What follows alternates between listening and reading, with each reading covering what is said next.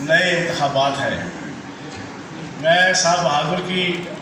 اس چنی منی سی خواہش سننے کے بعد میرا بے ساختہ جی چاہا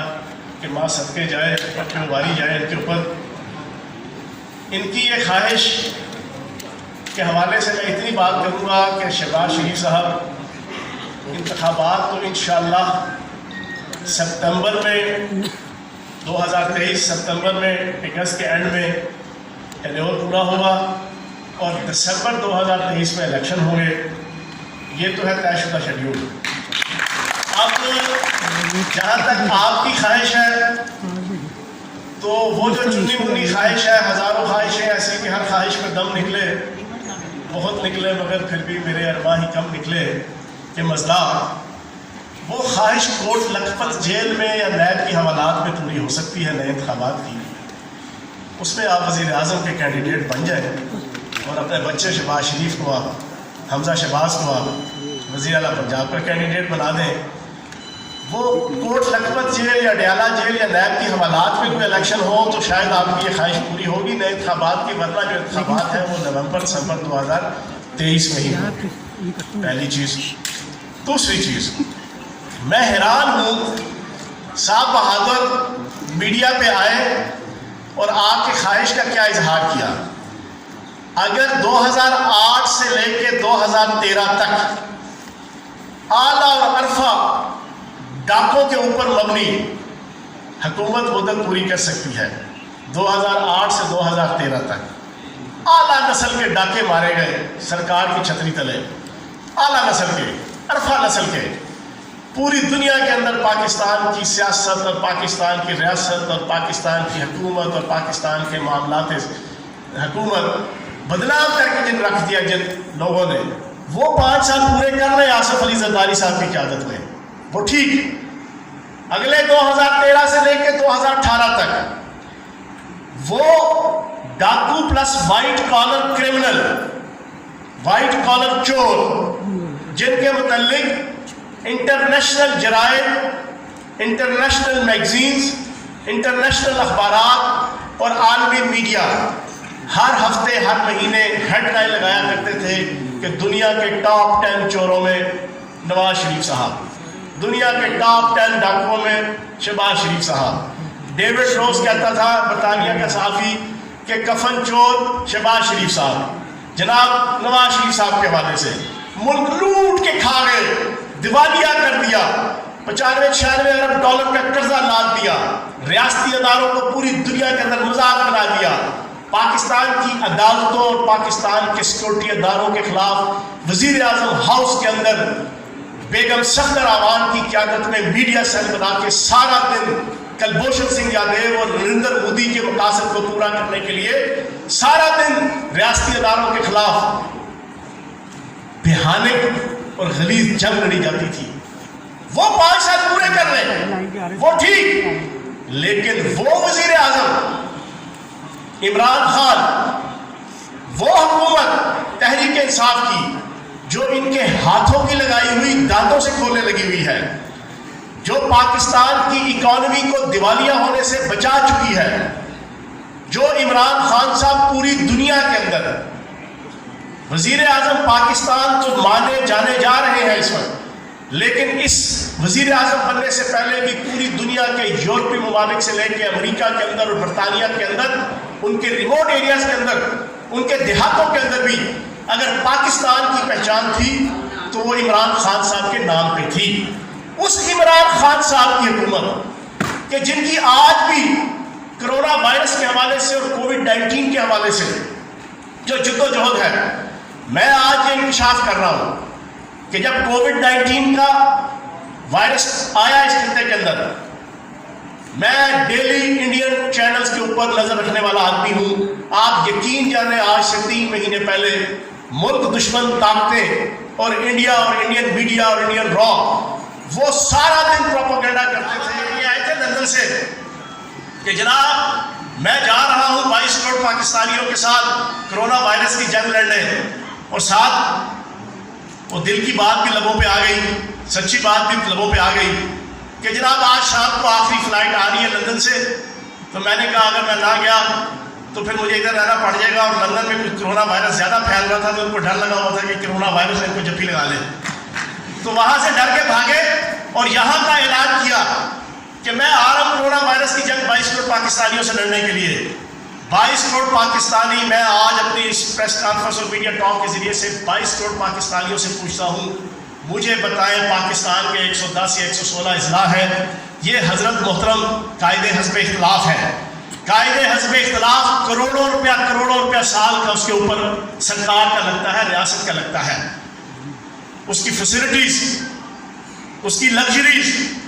اس کی سیلری، اس کے پروٹوکول، اس کی رہائش، اس کے پریولیجز اینڈ پرکس۔ اب سرکار کا کروڑوں روپے آپ سال کا لے رہے ہیں، اور وزیر اعظم کے بعد دوسرے نمبر کے اوپر قائد حزب اختلاف کی تمام پارلیمانی جمہوریتوں کے اندر اہمیت اور حیثیت ہوتی ہے۔ مجھے دل پہ ہاتھ رکھ کے آپ بھی جتنے لوگ یہاں پر بیٹھے ہیں، سینکڑوں لوگ بیٹھے ہیں، 22 کروڑ پاکستانیوں سے بھی پوچھوں گا،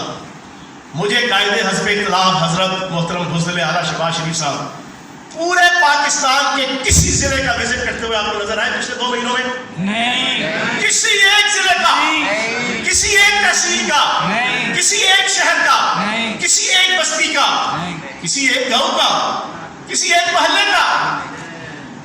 جیب میں نہیں ہے ڈھیلا، دیکھنے چلے ہیں میلہ، بڑھ کے سنیں ان کی،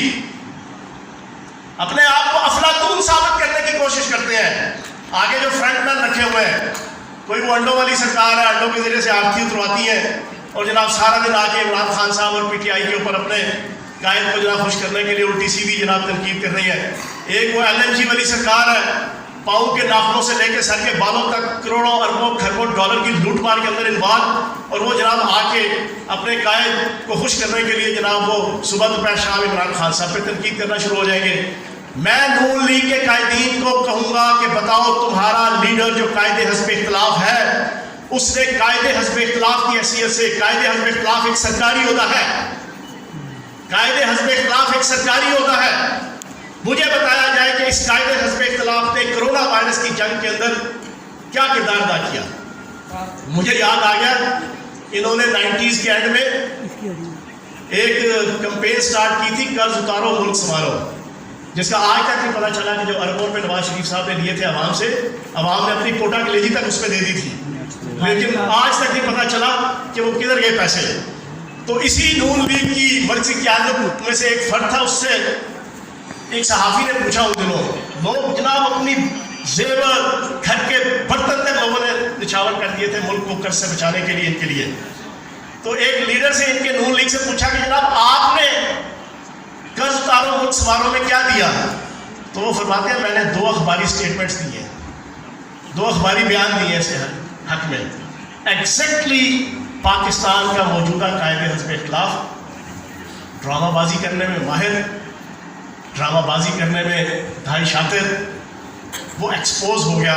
کہ گھر سے باہر نہیں نکلے، اور میں اس کی انتہائی مذمت کروں گا۔ اور میں یہ سمجھتا ہوں کہ اب نون لیگ کے قائدین سے لے کے ورکرز، میں کہتا ہوں نظریں چڑھاتے اور چھپاتے پھرتے ہیں جب وہ کرونا وائرس کے حوالے سے اپنے قائد کا جو کردار دیکھتے ہیں۔ تو جناب والا شہباز شریف صاحب انتخاب دسمبر 2023 میں ہوں گے، اپنی اس چنی منی خواہش کو اپنے دل میں لے کے رکھیں، اور جو آپ نے نااہلی، غفلت، ضعف ارادہ، کم ہمتی اس پورے کرونا وائرس کے ایشو کے اندر دکھائی ہے، اس پہ توبہ طائب ہو۔ ابھی بھی اللہ پاک نے آپ کو وقت دیا ہے، اور آپ میدان عمل میں آئیں۔ آخری چیز، اس کے بعد جو ہے نا ایک تو سوال جو ہے وہ صحافیوں میں سے بھی میں لوں گا۔ میں شہباز شریف صاحب سے ایک سوال پوچھوں گا کہ شہزاد اکبر صاحب پچھلے کئی ماہ سے آپ سے چند سوالات پوچھ رہے ہیں۔ آپ نے بھینسوں کے اوپر ڈال دیا کہ یہ جو اربوں کھربوں روپے میں نے کمائے ہیں یہ بھینسوں کے دودھ سے کمائے ہیں۔ اب اس کے اوپر میں کیا تبصرہ کروں، ساری دنیا تبصرہ کر چکی ہے، سوشل میڈیا سے لے کے الیکٹرانک میڈیا میں، تجزیہ نگار بھی اور اینکر حضرات بھی، اپنے بھی اور مخالف بھی۔ میں پوچھوں گا کہ نثار گل اور مسرور نامی جو افراد تھے جنہیں گریڈ 20 کا آپ نے اپنے گھر کے ذاتی ملازم تھے، جن کو گریڈ 20 کا آپ نے افسر سی ایم سیکریٹریٹ میں رکھا ہوا تھا، سی ایم سیکریٹریٹ 8 کلب کے اندر، آپ نے ان کو اپنا 20واں گریڈ دیا ہوا تھا۔ ان کا کام صرف یہ تھا کہ پنجاب کے 36 اضلاع میں سے ڈیلی بیسس کے اوپر جو کروڑوں روپے کی کرپشن اور برائی ہوتی تھی نا سرکاری اور غیر سرکاری اداروں اور شعبوں میں، وہ ان کے فرنٹ مین لے کے آتے تھے کیش بوائے، آ کے جناب ان 2 ذاتی ملازم جن کو گریڈ 20 کا افسر بنایا ہوا تھا ان کو آ کے دیتے تھے، اور وہ سرکاری لینڈ کروزر اور پراڈو سبز رنگ کی گاڑیوں میں وہ سارا کروڑوں روپیہ ڈیلی کی بنیاد پہ وہ وہاں سے موومنٹ کر کے پھر منی لانڈرنگ کر کے باہر بھیجتے تھے، اور پھر وہاں سے ٹیٹیز کے ذریعے سے جناب واپس آتا تھا۔ میں پچھلے 4 دن سے ایک بات کہہ رہا ہوں، پاکستان کے تعلیمی اداروں کے اندر جسمانی تعلیم و تربیت کے لیے ایک استاد ہوتا ہے جس کو پی ٹی ماسٹر کہتے ہیں۔ پاکستان کی سیاست کے اندر کرپشن کی تعلیم و تربیت دینے کے لیے یہ ٹی ٹی ماسٹر ہے، یہ شہباز شریف صاحب، یہ نواز شریف صاحب، یہ آصف زرداری صاحب، یہ بلاول زرداری صاحب، یہ ٹی ٹی ماسٹر ہیں۔ ہم تو پی ٹی ماسٹر جانتے تھے یار جو جمناسٹک کراتے تھے، کچھ صحت کے لیے